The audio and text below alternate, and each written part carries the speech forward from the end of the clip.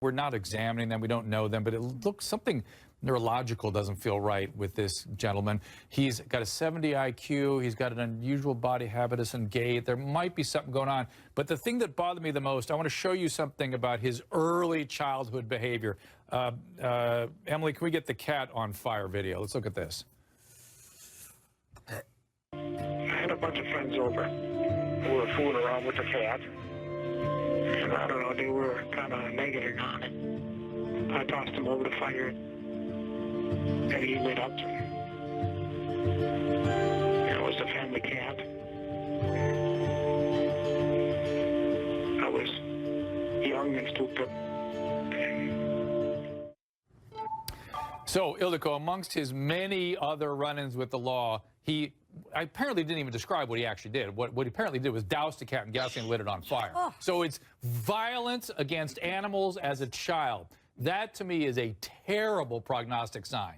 Well, that is typical of people who begin with a sociopathic behavior. I would dare say psychopathic behavior, right? Absolutely. Okay, so psychopaths start this way. So we have a psychopathic beginning. And we even don't side me like that. I mean, this is what we have. We have a guy who's got all kinds of hot spots and lies in his interrogation. He's got two of the homicidal triad indicators, fire setting and cruelty to animals. Right into one case. Yes. He's had multiple runs in with the law. He was wrongly convicted of the thing they got wrong was they wrongly convicted of something he didn't do because he's so involved with law enforcement.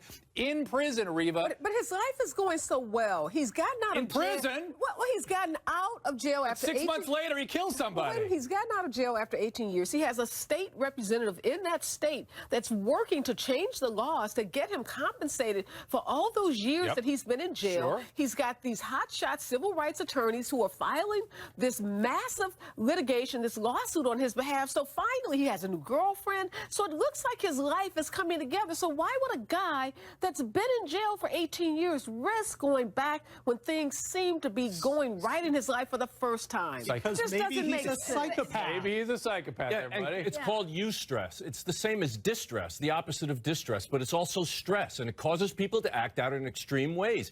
Everything was going great for him. Everything, he was made, he was getting money, he had a new girlfriend. He feels invulnerable.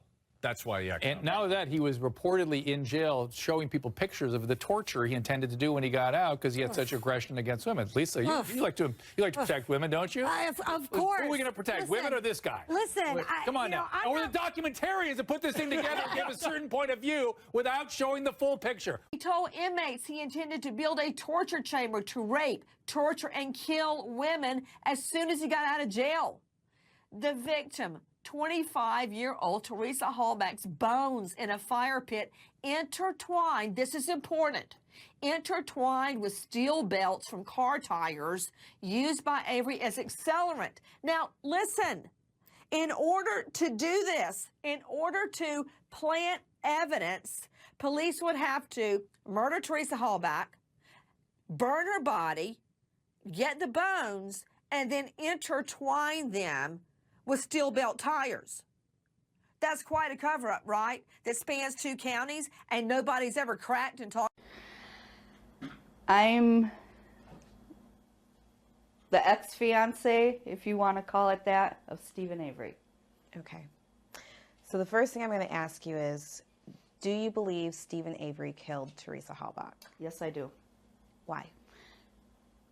Because he threatened to kill me and my family and a friend of mine. How did he threaten you? I was in a bath and he threatened to throw a blow dryer in there, and he told me that he'd be able to get away with it. What was the reason? He's sick. What was your relationship like with him?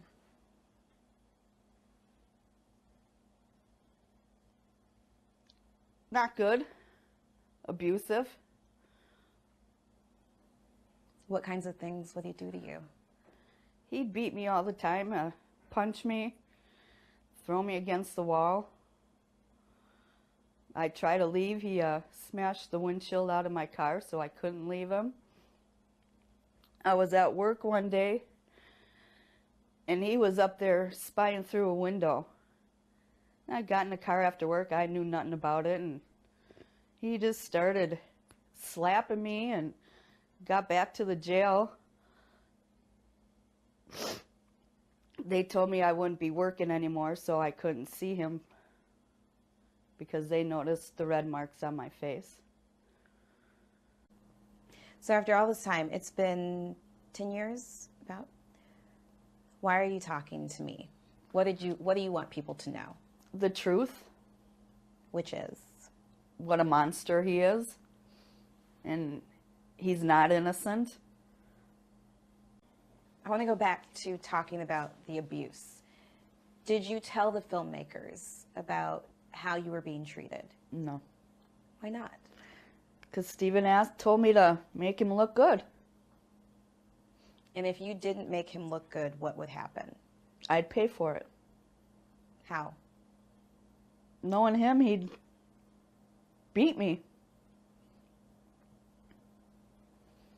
He Okay. told me once if I did leave him that he'd burn down my mom's house with them and my daughter in it. You believed him? Yeah? There was, you mentioned this police report from, there's a couple of them. So there was one while you were still an inmate, and he was threatening you? He was showing up at your work and threatening you? Yes. What happened? Well, one day, he was there at break time, and I went out there on break and was sitting in the car, and he started yelling at me because all these guys are out there. Well, which one are you talking to? I'm talking to any. So I got out of the car, and he got out of the car and started yelling at me, and the guys that I worked with started walking towards the car, and he told them to get away or he's going to come back and shoot them. And then he'd sit and spy through the windows to see if I was talking to anybody. Or I went to the racetrack once to meet my mom and dad, and he's across the street with binoculars spying on me. It's not right.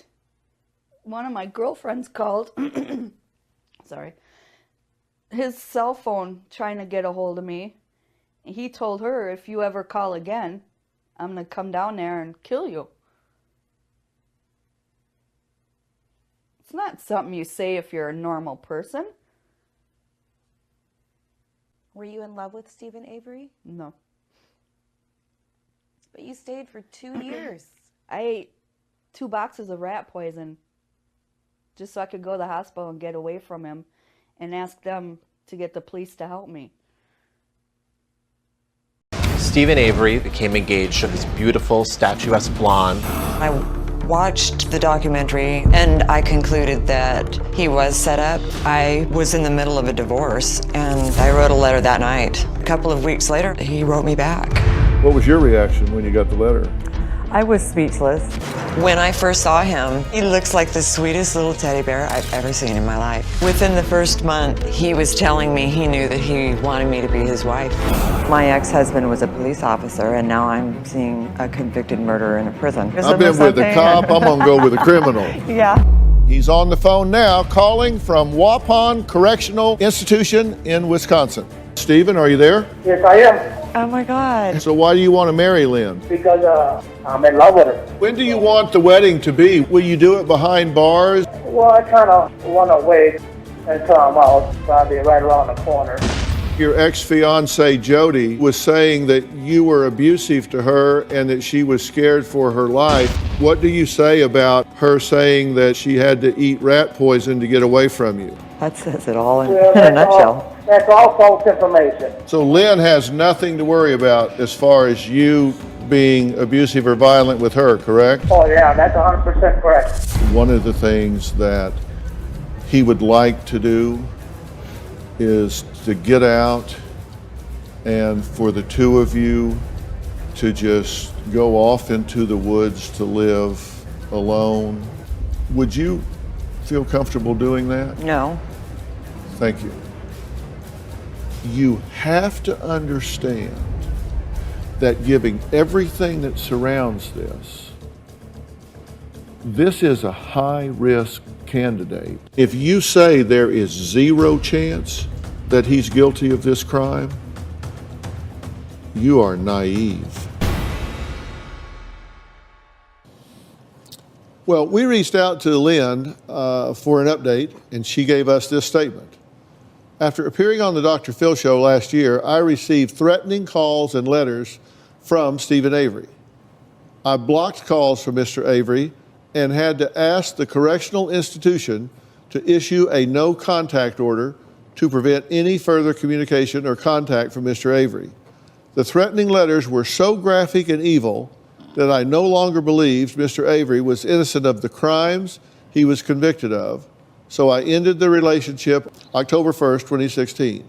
I have taken many measures to ensure my safety and the safety of my family by alerting law enforcement and reporting the threats to the authorities. What do you say about that?